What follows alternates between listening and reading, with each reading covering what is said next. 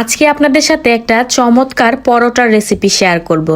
এই পরোটা কিন্তু কম বেশি সবাই বানায়। হ্যাঁ, আমি আলু পরোটার কথা বলছি। একটু আলুর ভর্তা আগে থেকে বানিয়ে রেখেছিলাম, আর নর্মাল ভর্তা আমরা যেভাবে বানাই ওইভাবে আমি বানিয়েছি। জাস্ট কিছু মশলা এটাতে ব্যবহার করেছি।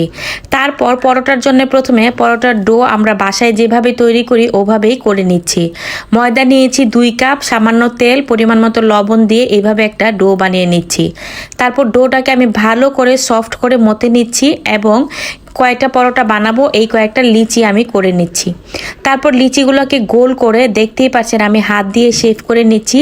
সাইড থেকে পাতলা করছি কিন্তু মধ্যের অংশটা ভারী রেখেছি। তারপর 2 হাত দিয়ে এরকম করে পেঁচিয়ে পেঁচিয়ে গোল গোল বল বানিয়ে নিয়েছি। আমি এরকম করে কিন্তু সবগুলাই বানিয়ে নিয়েছি। আমি প্রায় এখানে 8টা পরোটা বানিয়েছিলাম।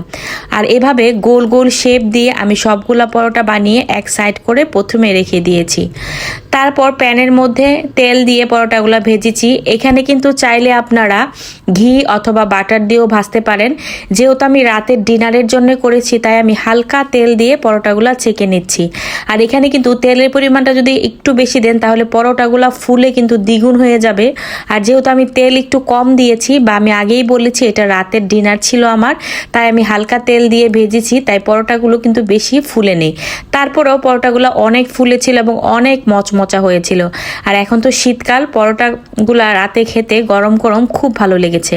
আমার বাসায় অনেক সময় দেখা যায় বাচ্চারা বা বাচ্চার বাবা রাতে ভাত খেতে চায় না, তখন আমি এইভাবে করে পরোটা বানিয়ে দিই। এটা কিন্তু খেতেও মজা হয়, আবার পেটও খুব ভালো ভরে। আমি সবসময় চাই আমার রেসিপিগুলো আপনাদের সাথে সহজভাবে দেখাতে এবং আপনাদেরকে সহজভাবে এটাকে প্রেজেন্ট করতে। আমার কাছে খুব ভালো লাগে। পরোটাগুলো বানিয়েছিলাম, সাথে তো অন্যরকম তরকারি ছিলই। আপনারা চাইলে কিন্তু এখানে আলুর দম, বুটের ডাল অথবা গরুর মাংস দিয়েও সার্ভ করতে পারবেন।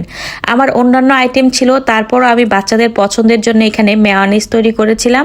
আর ওরা কিন্তু মেয়োনিজ দিয়ে খুব মজা করে এই পরোটাটা খেয়েছে। লাস্টে আমি একটু বাটার দিয়েছি, পেঁয়াজ কুচি করে নিয়েছি, সাথে লেবু দিয়েছি। এভাবে খেতে কিন্তু পরোটাটা অসম্ভব মজা লেগেছিল। আমার এই ভিডিওটি যদি ভালো লেগে থাকে তাহলে অবশ্যই আমার চ্যানেলটিতে সাবস্ক্রাইব করে আমার পাশে থাকবেন। সবাই ভালো থাকবেন, সুস্থ থাকবেন। সবাইকে আবারও ধন্যবাদ জানাচ্ছি আমার ভিডিওটি দেখে আমার পাশে থাকার জন্যে। আল্লাহ হাফেজ।